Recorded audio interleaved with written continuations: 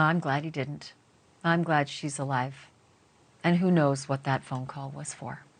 I'm joined now by a foremost expert on serial killers, Dr. Katherine Ramsland. She is a forensic psychologist. She's the author of several books, including The Serial Killer's Apprentice, How Houston's Deadliest Murderer Turned a Kid into a Killing Machine.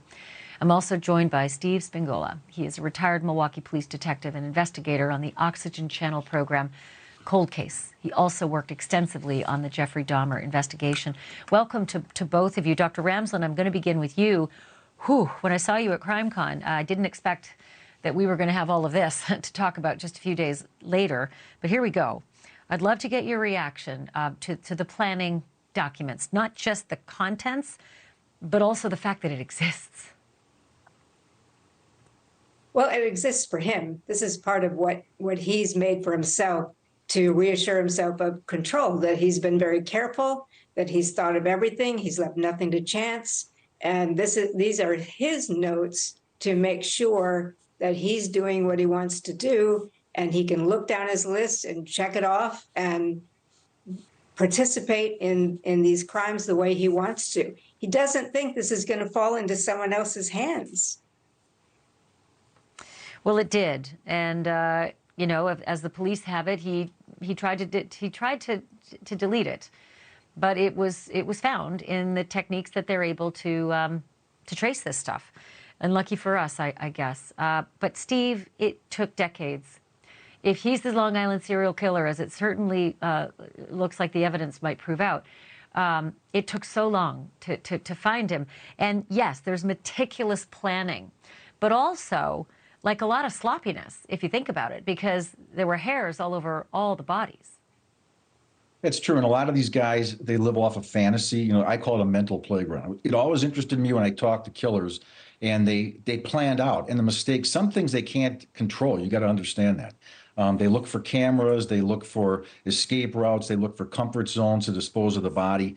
And don't be surprised, Miss Banfield, if people like that watch your show and other shows. This is how they gather this information. They read articles that are written, by the experts here, and they plan this. And I also was surprised at how poor for an architect that his grammar is here. Here's a guy who's an architect, allegedly very well educated, and he can barely write. And this is how some of these people are. They've got a street PhD in corruption, and they're very good at what they do on the street, but they make mistakes in life. You're right. And if anybody thinks it's just, quick writing, that the spelling errors continue, like drop cloths is clothes all the way through the document when he says clothes, and also destroy is written several times as DIS. I mean, he really is clueless when it comes to this part of his education. So Dr. Ramsland, I want to ask you about the gruesome details, because, I had to take a break today. I really did. And at one point I actually thought, I don't even know if I can make it through the rest of the day, having just been steeped in this stuff all day long. There's so much reference to the mutilation of these women, that their part of their breasts were cut off, and their tattoos were like cut off and removed, and any kind of identifying feature was just sliced and taken away, and severed at the arms and legs, and the way the descriptions of restricting the air, building a table with a crossbar, and hanging victims from something called a hard point. I didn't know what hard point was, and now I can't unlearn that. But can you tell our audience what a hard point is? Well, I'm not sure what he meant by it. All of these things are part of his fantasy. He's anticipating, he's building up to, he probably has a target in mind. He's building up to what he wants to do. And all of this is about torture. These are things he's looked at in torture porn. These are things that he wants to replicate. He has studied other killers, in part to learn from their mistakes and make sure he hasn't replicated them. For example, don't charge gas. That's one of the things that caught Bundy.